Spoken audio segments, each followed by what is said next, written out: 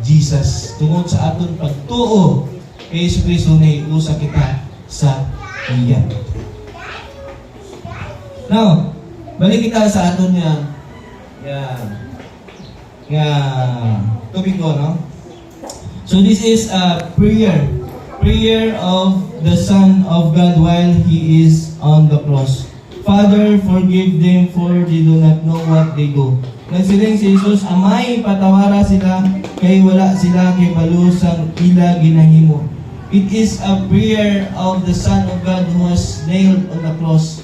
Sandiri pa siya sa kalibutan, sa way pa sa gitlansang, nag-aadto sa mga masakiton. Ang mga masakiton, ginapang-ayon niya. Ang mga may balatian, ginapang-ayon niya. Tanang-tanang mga balatian na nagapalapit kay Jesus Christ sa itong panahon na naghahandom nga mag-ayo, ginaayo niya.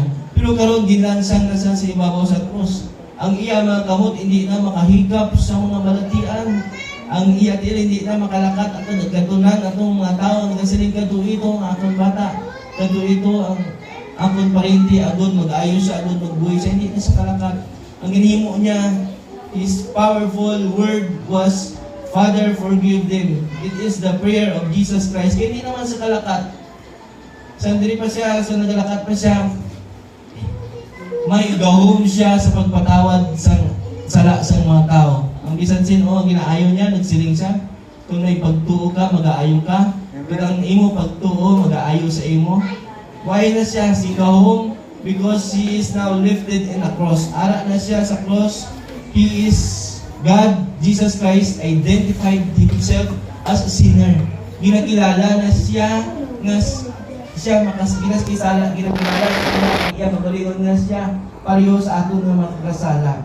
So but being the Son of God, bilang isang anak sa Ginoo nga i-fulfill niya ang prophecy bahin siya nga siya amo ang maging aton substitute siya, ang aton maging kabayaran sa aton mga sala, siya ang maging aton kaniro.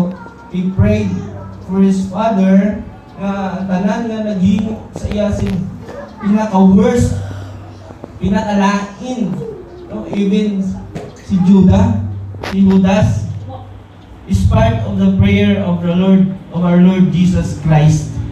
Part sang prayer ni Jesus Christ sang ginhang sa cross, Father, forgive them, is also Judas. No? He was kissed to death. Kung lagi natin inasunod, no? Bahin kay Judas. Si Judas, isa sa pinakamasakit nga tawag